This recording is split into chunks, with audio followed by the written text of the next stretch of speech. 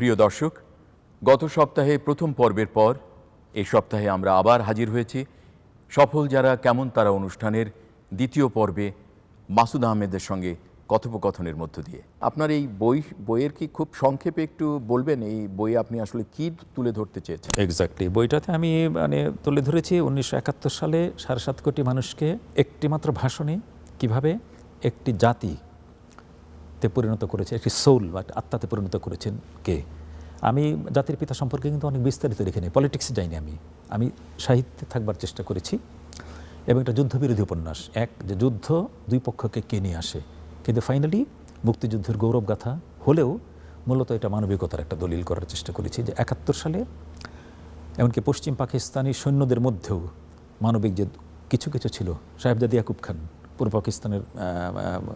পাকিস্তানের মানে সেনাবাহিনীর প্রধান আর কি, অঞ্চলের সামরিক আইন প্রশাসক ছিলেন উনি।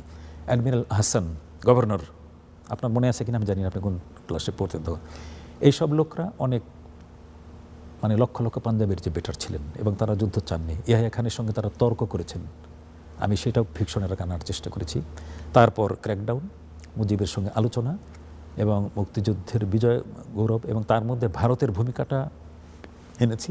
কিন্তু সেন্ট্রাল ফোকাসটা হচ্ছে একজন হিরো আছে এখানে, একজন হিরোইনও আছে। Heroine got shot by Pakistan armed forces shooting, ওটা প্রেম কাহিনী খুব উন্নত করা যায়নি ওটাকে, যুদ্ধের সময় তো মারা গিয়েছে সে।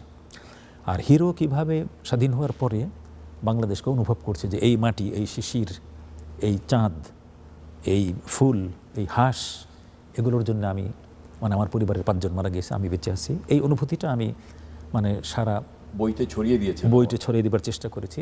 এবং তার মধ্যে রবীন্দ্রনাথ ঠাকুর এসছেন, তার মধ্যে পল্লীকবি জসীমউদ্দিন এসছেন, নজরুল এসছেন, মাদারল্যান্ড এবং হিলিংয়ের কথাও বলেছি যে যুদ্ধ শেষ কথা নয়, মানুষকে এই পৃথিবীতে একসঙ্গে বসবাস করতে হবে। কাজে পাকিস্তান যদি ক্ষমা চায় তাহলে তাদের সঙ্গে একটা মানে সামাজিক রিকনসিলিয়েশন সম্ভব, এটাও বলেছি। কিন্তু মূল কথা এর মধ্যে মানবিকতা, যুদ্ধ না। আমি এটা তোলার চেষ্টা করেছি, এটা শিল্পরূপ কতটুকু হয়েছে সেটা পরের কথা। তাহলে আমরা এটা নিতে পারি, যদিও বইটি আমার পড়ার এখনও সুযোগ হয়নি, কিন্তু এটা নিতে পারি যে প্রথমত আপনি বাংলাদেশের যুদ্ধের প্রেক্ষাপট এবং যুদ্ধ পরবর্তী যুদ্ধের মধ্য দিয়ে আপনার রচনা বলিষ্ঠ হয়েছে, সমৃদ্ধ হয়েছে। পাশাপাশি আপনি একটি মেসেজ দিতে চেষ্টা করেছেন বিশ্বকে, যুদ্ধ নয় শান্তি। এটা মূল কথা, এটাই খুব সুন্দর। স্যার, আপনি এই যেই মাধ্যমগুলোর মধ্যে আপনি বিচরণ করেন, বিশেষভাবে সাহিত্যে, যদিও আপনি উপন্যাস লিখেছেন, ছোট গল্প লিখেছেন, আপনি প্রবন্ধ লিখেছেন বা লিখছেন নিয়মিত, কিন্তু কোন বিষয়টি আপনাকে বেশি আকৃষ্ট করে বা আপনার লিখতে বেশি আপনি স্বাচ্ছন্দ্য বোধ করেন? স্বাচ্ছন্দ্য বোধ করি কিনা এটা তো বলতে পারবো না, তবে সাহিত্যের যত উপজীব্য বিশ্বব্যাপী প্রেম কিন্তু সবচেয়ে ইম্পর্টেন্ট। তা আমি আর সেরকম প্রেমের উপন্যাস কম আছে, কিন্তু দেশ বিভাগের উপর উপন্যাস আছে। একটা তো 71 গেল, 47-এর দেশ ভাগের উপর আমি একটা বই লিখেছি, এবং সেটা আমি আমার নিজেরই বিশ্বাস হতে চায় না, সেটা সুনীল গঙ্গোপাধ্যায়ের মতো লোক রিভিউ করে দিয়েছেন, এবং বইয়ের সেকেন্ড এডিশনে আমি ওটা দেওয়া শুরু করেছি ফ্ল্যাপের দিকে। তিনি চমৎকার কথা লিখছেন, এটি একটি দাঙ্গা বিরোধী উপন্যাস। এক কথা, আরও কিছু কথা লিখছেন উনি। আমি যদি জানতে চাই আপনার এই যে বিশেষভাবে ঐতিহাসিক দুইটা বই, একটা 47-এর ভারত মানে ভারতীয় উপমহাদেশের বিভক্তি এবং 71-এর আমাদের মুক্তি সংগ্রামের কথা, এই দুটোকেই শুধু সাহিত্যপ্রেমীরা পড়বেন সাহিত্য হিসেবে, নাকি এর অন্য কোনো গবেষণা মূল্য রয়েছে? এর মধ্যে গবেষণা মূল্য থাকবে, আমি তো আসলে অল্প সময়ের জিনিসটা বলতে পারিনি। 1971 সালের 26শে মার্চের পূর্ববর্তী কিছু সময় থেকে শুরু করে 16ই ডিসেম্বর পর্যন্ত পশ্চিম পাকিস্তান থেকে তৎকালীন যে সেনা ইউনিটগুলো এসেছে, তাদের যে মনোবীক্ষা, তাদের পারিবারিক জীবন, এবং এখানে যুদ্ধ করে যুদ্ধের তাপ এবং চাপ তাদেরকে কীভাবে প্রভাবিত করেছে, এবং তাদের মধ্যে অনেকে এমনকি হিন্দু জনগোষ্ঠীকে বাঁচানোর চেষ্টা করেছে, সেগুলো আনার চেষ্টা করেছি। এটা হলো 71-এ। আর গবেষণার যে কথাটা বলেছেন, হ্যাঁ, সেটা সেই সময়ে প্রশাসনে কারা ছিলেন, কে কী বলার চেষ্টা করেছেন, খান আব্দুল ওয়ালি খান কি বলেছেন, এবং আপনার মানে সীমান্ত গান্ধী উনি যে বলেছিলেন যে শেখ মুজিবের হাতে গাফফার খানের ছেলে বলেছেন যে শেখ মুজিবের হাতে এখনই ক্ষমতা হস্তান্তর করেন, ঢাকায় বসে। এগুলিতে ঐতিহাসিক অনেকগুলো বিষয় আছে।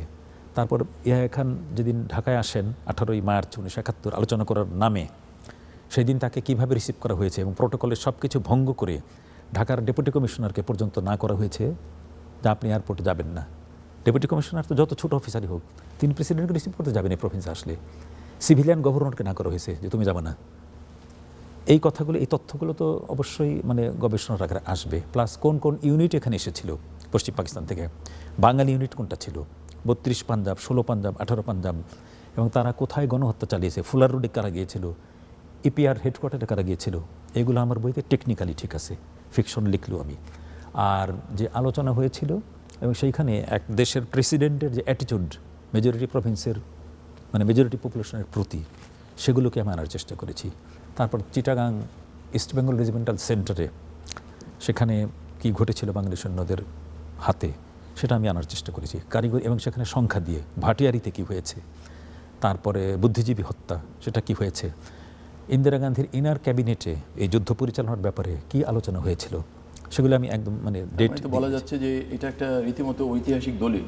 এটা অধ্যাপক মুক্তি সংগ্রামের সঙ্গে সংশ্লিষ্ট এটা অনেক ক্রিটিক সেটা বলেছে, অনেক ক্রিটিক সেটা এই কথাটা বলেছে। এবার স্যার আমি একটু ভিন্ন একটা প্রশ্ন আপনাকে করতে চাই।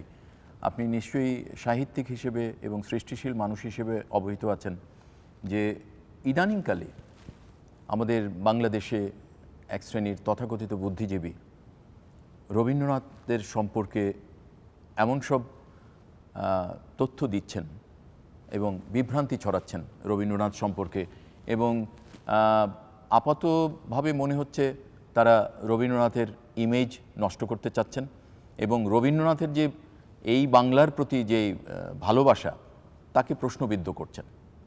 এ ব্যাপারে আপনার অভিমত কি? এটি আপনার একটা চমৎকার প্রশ্ন আসলে, কারণ আসলে রবীন্দ্রনাথ সম্পর্কে এমনকি সংক্ষিপ্ত সময়ের মধ্যে আলোচনা না করে সাহিত্যের কোনো আলোচনা সম্ভব না, শুধু বাংলা সাহিত্য না, বিশ্ব সাহিত্যে।